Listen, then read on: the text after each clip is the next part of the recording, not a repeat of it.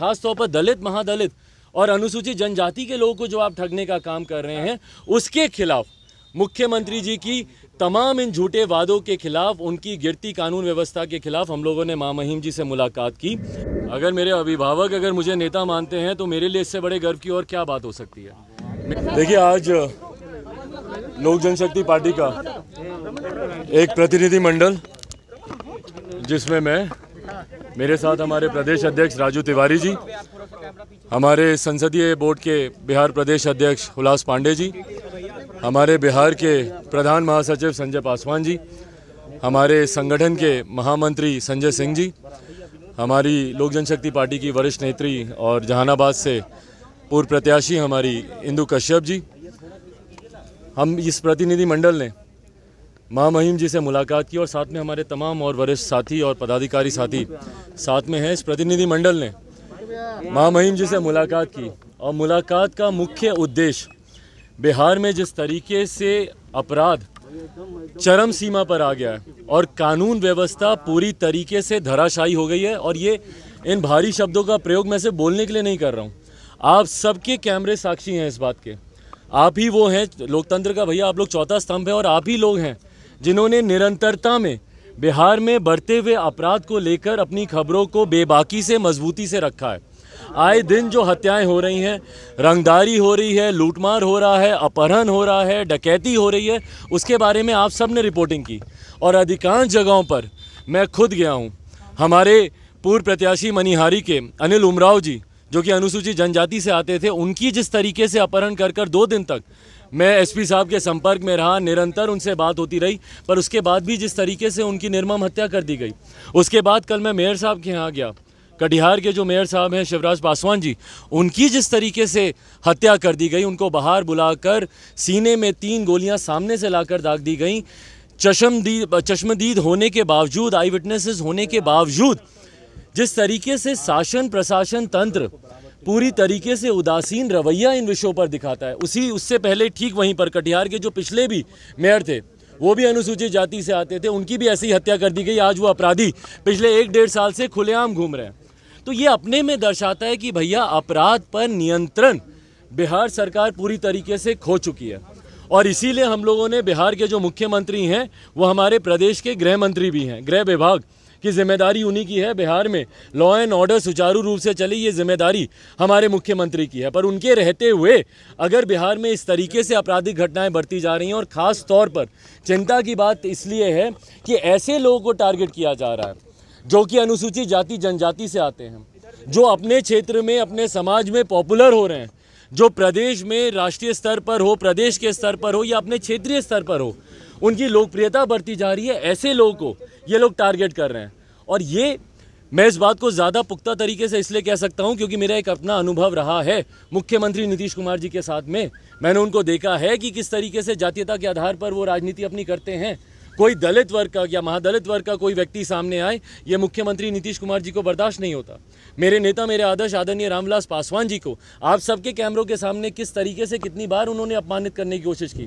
भाई, जब बिहार के गवर्नर फ़ोन करके उनका हालचाल पूछ रहे थे, जब देश के राष्ट्रपति उनका हालचाल पूछ रहे थे, जब देश के प्रधानमंत्री हमारे नेता का हालचाल पूछ रहे थे, कोई सत्ता विपक्ष का चीफ मिनिस्टर ऐसा नहीं होगा जिन्होंने फ़ोन करके उनका हालचाल नहीं पूछा। वहीं जब आप लोगों ने मुख्यमंत्री जी से पूछा कि भैया उनका स्वास्थ्य कैसा है, तो छूटते ही बोलते हैं अच्छा हमको तो मालूम ही नहीं है।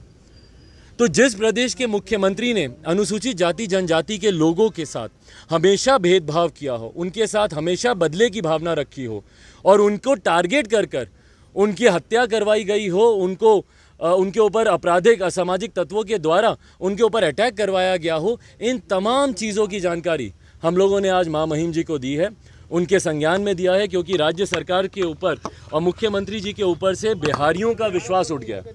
भाई, मैं आशीर्वाद यात्रा पर हूँ, और आप लोग मुझे टोकिए कि क्या मेरी आशीर्वाद यात्रा में क्या जन समर्थन नहीं आ रहा, क्या अपार जन सैलाब नहीं आ रहा। बोलिए कि मैं जहाँ जा रहा हूँ उस जिले में मुझे समर्थन नहीं मिल रहा। जो समर्थन मिल रहा है उसके साथ मुख्यमंत्री नीतीश कुमार जी और मौजूदा बिहार की सरकार के खिलाफ एक आक्रोश भी देखने को मिल रहा है।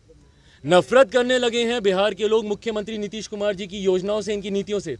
इन्होंने ही कहा था ना अनुसूचित जाति जनजाति के लिए कि भैया अगर वहाँ पर कोई हत्या होगी किसी दलित परिवार में तो उनके आश्रितों को सरकारी नौकरी दी जाएगी। पहली बात तो हम लोग को इस बात का भी एतराज़ था, हम लोग को चिंता थी इस बात की कि भाई आपने हत्या की बात की है, कहीं ऐसा ना हो कि कोई दूसरी भावना के तहत हत्या बढ़ने लग जाए बिहार में, जो कि देखने को भी मिल रहा है कि भाई हत्या बढ़ी है। पर उसके बाद क्या आपने उनके आश्रितों को नौकरी दी? सिर्फ ये जो आप झूठे बहाने जो आप देते हैं चुनाव के वक्त, पूछिए ना मुख्यमंत्री नीतीश कुमार जी को, भाई जहां पे हत्या हो रही है, नालंदा में 2 युवक लड़कों को गला रेत कर उनकी हत्या कर दी गई, जहां मैं जा रहा हूं डीएमएसपी से मैं बात करता हूं, बोलते हैं कि भैया हमारे पास कोई नोटिफिकेशन नहीं आया इनको।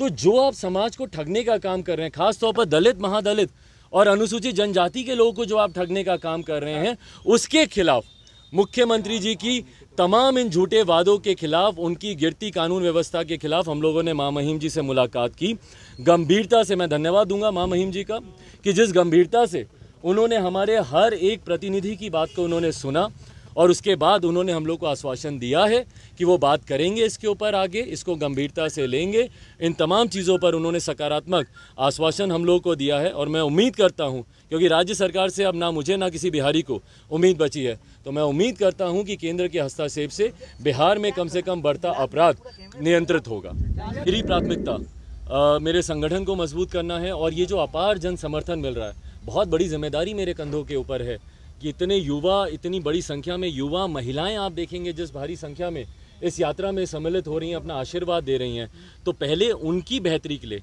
आने वाला समय उनके लिए बेहतर हो, मेरे युवाओं साथियों का पलायन रुके, जिस तरीके से ST-ET के छात्रों के ऊपर हो या दरोगा अभ्यर्थियों के ऊपर हो, उनमें जिस तरीके से अनियमितता बढ़ती जा रही है, उनको जिस तरीके से परेशानियों का सामना करना पड़ रहा है, उनकी मैं आवाज़ बन सकूँ, मेरी प्राथमिकता अभी है। भाई अगर मुझे नेता मानते हैं तो मेरे लिए इससे बड़े गर्व की और क्या बात हो सकती है। मेरे पिताजी, मेरे नेता आदरणीय रामविलास पासवान जी के सहयोगी रहे हैं, साथी रहे हैं, दोनों की मित्रता अच्छी रही है एक लंबे समय तक। लालू जी ने, मेरे नेता आदरणीय रामविलास पासवान जी ने, दोनों ने साथ मिलकर काम किया है और अगर उनकी तरफ से अगर मुझे ऐसा प्रोत्साहित करने वाला अगर बयान आता है जिसमें वो मुझे नेता कहते हैं, तो उसके लिए मैं उनका दिल से, हृदय से मैं उनका धन्यवाद करता हूं।